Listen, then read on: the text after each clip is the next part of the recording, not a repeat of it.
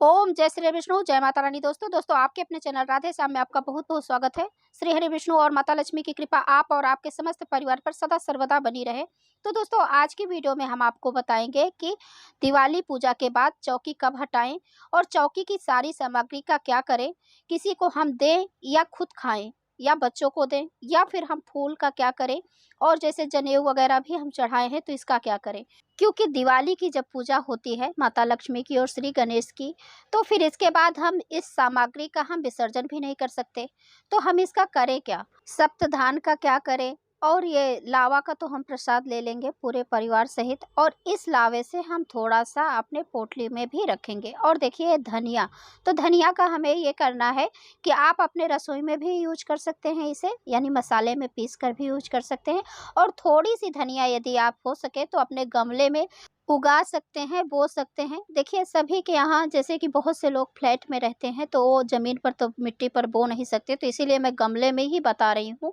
तो आप यदि हो सके तो गमले में बो सकते हैं। और यदि ये भी पॉसिबल नहीं है तो आपको टेंशन लेने की ज़रूरत नहीं है, आप अपने घर में भी इस्तेमाल कर सकते हैं।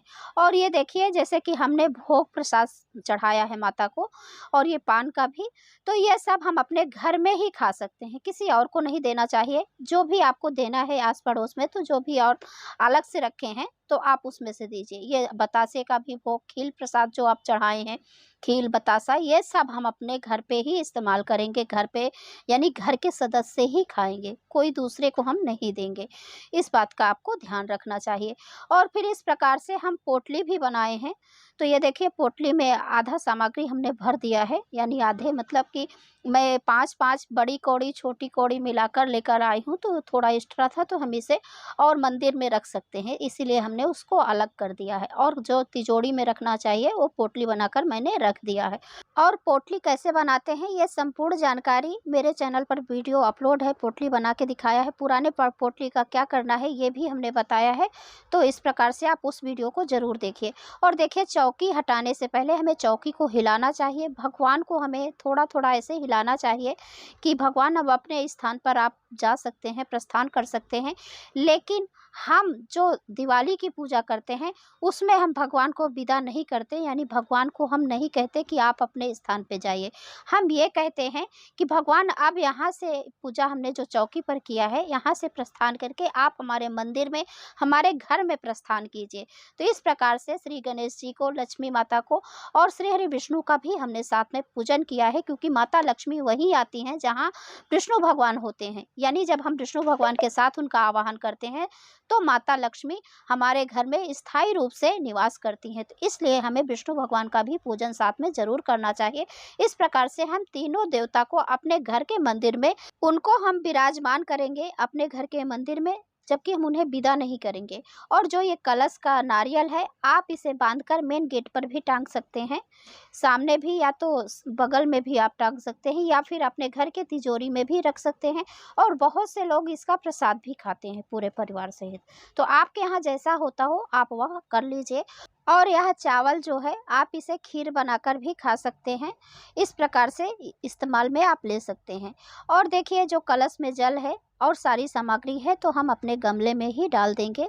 और जो हम माता लक्ष्मी के ऊपर खील का वर्षा किए थे तो वही खील नीचे देखिए पड़ा है, तो इसे हमें थोड़ी सी अपनी तिजोरी में भी रखना चाहिए। जब हम पोटली बनाते हैं उसी में एकदम 2 दाना बस आप उस पर डाल सकते हैं, क्योंकि देखिए माता के ऊपर जब हम वर्षा किए थे तो उसी प्रकार से हमें यह मान्यता करके रखनी चाहिए कि माँ इसी प्रकार से हमारे घर में धन धान्य की कोई कमी ना हो, आप इसी प्रकार से हमारे घर में धन की वर्षा करती रहें।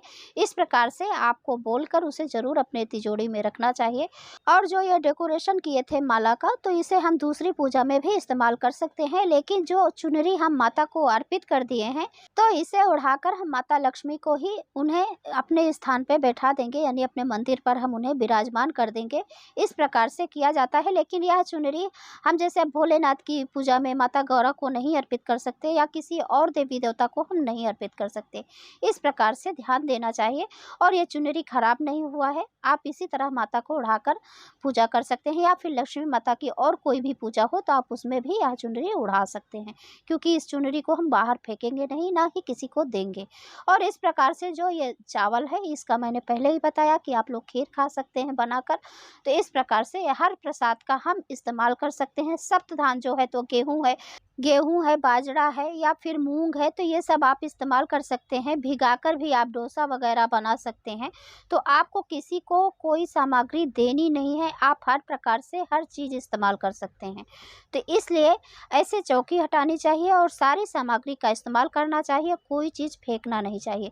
ये देखिए, मैंने बताया ना कि तिजोरी में रखा जाता है, तो इस प्रकार से रखना चाहिए।